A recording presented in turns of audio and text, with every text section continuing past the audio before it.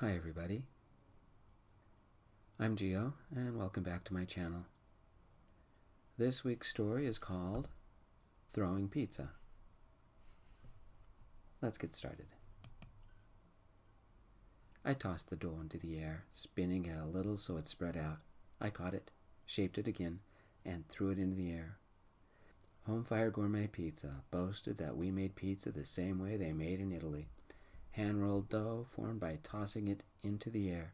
Fresh grown ingredients, though we make our custom sauces from canned tomatoes. But all the toppings are fresh. Fridays we even have a live band singing covers of pop songs. I've been here for almost a year, so I finally feel like I've gotten good with the dough. Another toss and the dough is shaped. I slapped it down on the tray, tuck a little cheese on the edge, and roll the edges. Everybody comes to Home Fire for its cheese-stuffed crust. The pizza I'm making is a classic pepperoni, but it has to have the Home Fire twist. We don't use store-bought meat. My boss has a friend who makes sausages, and he makes our pepperoni and cures it for 3 days. Whatever he uses, the meat has a depth others lack. "Hey, Whitty," my boss yelled. "Go clean up tables. The new guy is falling behind." That's me, Mark Whitaker, witty to my friends. Dirty blonde hair, hazel eyes, in old shorts and a green t-shirt that said, "Come on home" on the front, and Home Fire Gourmet Pizza on the back. We won't mention that I'm dusted with flour and splattered with red sauce. "You wish it? I'm there, boss," I said. I finished making the pizza, set a timer, and slid it into the oven. The pizza, that is, not the timer. The oven's a modern take on the old classic wood-burning brick oven. Ours is gas-powered and lined with special tiles Boss picked out himself. They're supposed to radiate the heat better. It can hold 12 large pizzas at a time. Friday and Saturday nights, it usually does. I grabbed a plastic bin and headed up front. That's where I started, months ago. Busboy cleaning tables. Boss gave me enough hours to afford tuition and rent. I split a place with 2 other guys. I worked my way up until I was working in the kitchens and making the pizza. Boss had hired Stefan only days ago to bust the tables. Nice guy, taller than me by 4 inches, black straight hair, serious blue eyes, and pale skin. He wore shorts and the Home Fire t-shirt too. He was also the kind of cute I liked, as did a lot of other people evidently. The college girls at table 3 stared at him. 5 tables had dishes stacked on them. Still, another 2 had not been wiped down. 4 parties stood at the door, unable to take a seat because there were no tables ready. "Step it up, Stefan," I said, walking to one of the tables. "Need a hand?" Stefan nodded. His shoulders sagged. He moved a little slower, and his hair was a little damp. "Thanks." I wiped down the 2 tables and organized the condiments and the specials on each. I nodded to one of the waitresses, and she brought 2 people back. I gathered dishes from the table next to the one Stefan worked on. "Tired?" "I've never walked so much in my life," he said. "I'd like to say you get used to it," I said, "but most nights I go home and can't wait to veg out in front of my flat screen." Stefan was cuter close up. His nose turned up a little on the end, and he hadn't shaved for several days, giving him that rugged look similar to some of the magazine ads. A scar on his forehead drew my attention. "What happened?" I nodded at his forehead. "I was camping with a friend and asked him for a knife. He tossed it," Stefan said. 5 stitches. I wiped down a table so another group of people could have a seat. "You need to learn how to catch," I said. "I need to learn how to duck," Stefan said, wiping his brow with the back of his arm. We finished the tables and I went back to the kitchens. I risked a glance back. Stefan, now caught up, headed for a newly vacated table. If I asked him out, would he say yes? The timer for one of the pizzas went off. I opened the oven, used the pizza paddle to move the pizzas around, and checked the bottom of the crusts for doneness. I took a couple out and set them in pizza trays and used a rotary cutter to slice them into eighths. I set them in the delivery window for the waitresses. I also took another look at Stefan. Definitely tired, definitely cute. I was definitely going to ask him out. A waitress slapped a ticket on the counter behind me and said, 2 large pies, one with onions and sausage, the others are meat lovers. 2 large pies, I said, onions and sausage, meat lovers. Got it. We had a dozen lumps of dough lined up for quick use. More dough in bowls rising, and more dough resting. It was a veritable dough assembly line. Boss liked to get all the dough made in the morning so it could rest and rise for the evening. I grabbed the first lump and began shaping and spinning. In minutes, I had the pie shaped and slapped it down on the floured counter and folded cheese into the edges. The ticket said red sauce. I gave them red sauce. I didn't get a chance to look out front until after closing time, but by then, Stefan had left. I cleaned up the kitchens and set out the canned tomatoes for tomorrow. As soon as my classes were over, I hightailed it to work. I'd asked Stefan out today. My boss was in the front, showing Stefan how he wanted the Parmesan filled and had him checking every candle to make sure it wouldn't run out. Stefan wore black denim shorts with a home fire t-shirt. He brushed his hair back with his fingers and nodded at my boss. First chance I got, I'd ask him out. Stefan looked up and noticed me. Hi, I said. Hey, he said. Bring the Parmesan over. This one's empty, my boss said. My first chore was prepping the vegetables. For an hour, me and the other kitchen staff chopped red onions, white onions, red bell peppers, green bell peppers, yellow bell peppers, jalapenos, button mushrooms, cremini mushrooms, portobello mushrooms, Roma tomatoes, baby tomatoes, zucchini, summer squash, spinach, eggplant, and artichoke. If you can name it, we can put it on a pizza. The weirdest pizza I've made was a cheeseless button mushroom, white onion, and crab in a white sauce. We got the dough ready, and as soon as we opened, a phone order came in.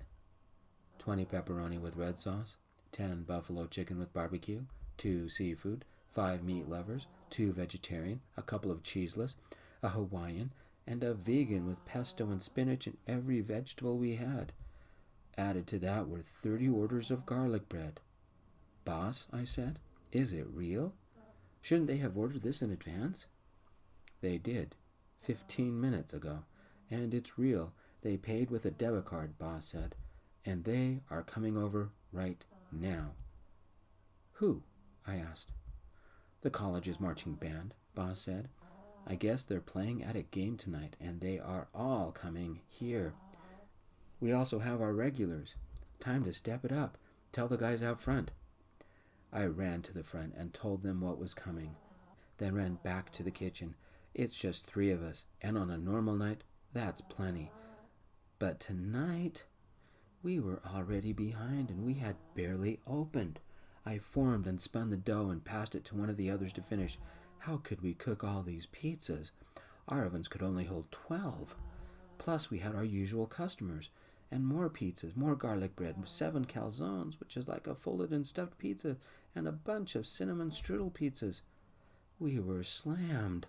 I stopped counting how many pizzas I formed. 40, 50, 100? We used up every dough ball my boss had made, and he was making more.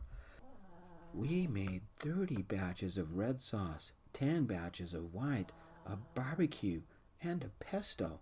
The third cook was doing dishes non-stop. Our dishwasher was an industrial kind that was kind of a cross between an assembly line and a miniature car wash. It washed things fast, but not fast enough to keep up with the crowd out front.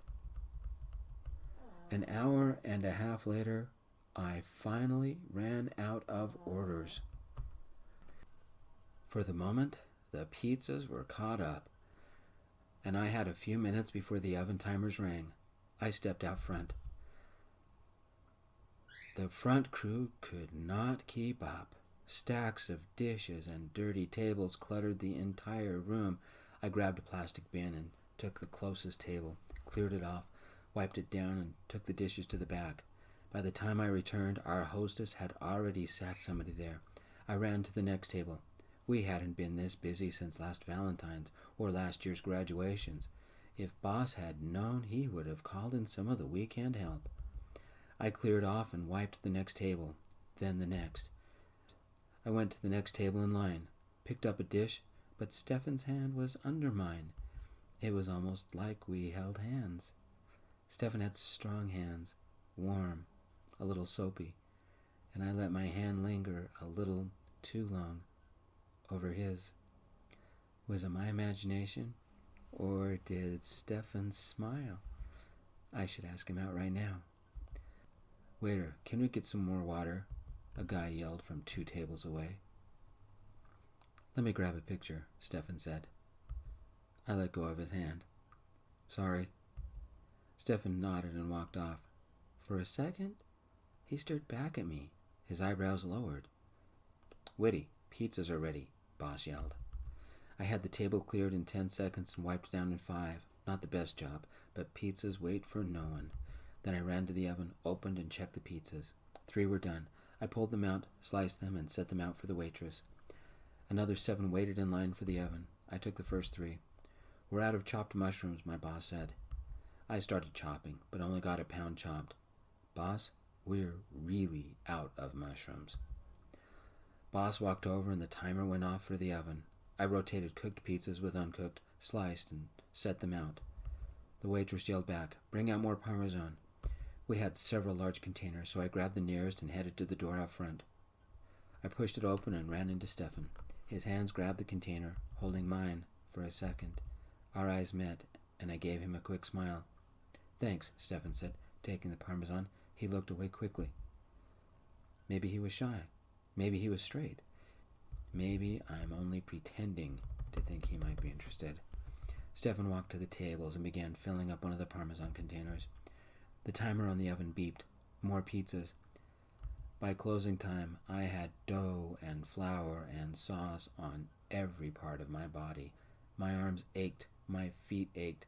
I had been tending the oven so much that I sweated and had pit stains. I pulled the last pizza out and set it on the counter, sliced it up, and set it for the waitress to pick up. Time to wipe down the kitchen. Whitty, you've made too many pizzas, boss said. This one doesn't have a ticket and everybody has left. Are you sure? I asked, stacking bowls in the sink. Look for yourself, boss said. I did. The only people in sight were waiters and waitresses and table cleaners and chefs. The kitchen wasn't bad, but the front was. When things got like this, there was no division between kitchen staff and front staff. I grabbed a bin and went out front to help. We must have seen 400 people tonight, a waitress said. My feet feel like it, Stefan said. I took load after load of dishes to the dishwasher. Somebody else stacked them. I went back for another load. 1 table was left. I went to it and began piling dishes into my bin. Stefan came over to help. We both grabbed the same plate, then both let go. Then Stefan grabbed it. We smiled at each other. Now's my chance. There's this new movie coming to the theater this weekend. We could catch the movie and maybe have dinner afterwards. Stefan placed the plate in the bin and straightened up. Are you asking me out? If this weekend isn't good, I said, and suddenly had a large, strange lump in my stomach. We could swap phone numbers and I could take you another time. Stefan patted his pocket and his smile slowly disappeared. Oh no. Stefan wasn't gay. I had to give him a way out before this got really awkward. Never mind. We don't have to, I said. Stefan mumbled something and walked out the main door. Obviously, Stefan was straight. Having a guy ask him out must have offended his masculinity. Having a guy from work ask him out made it worse because we would have to work with each other until the other quit.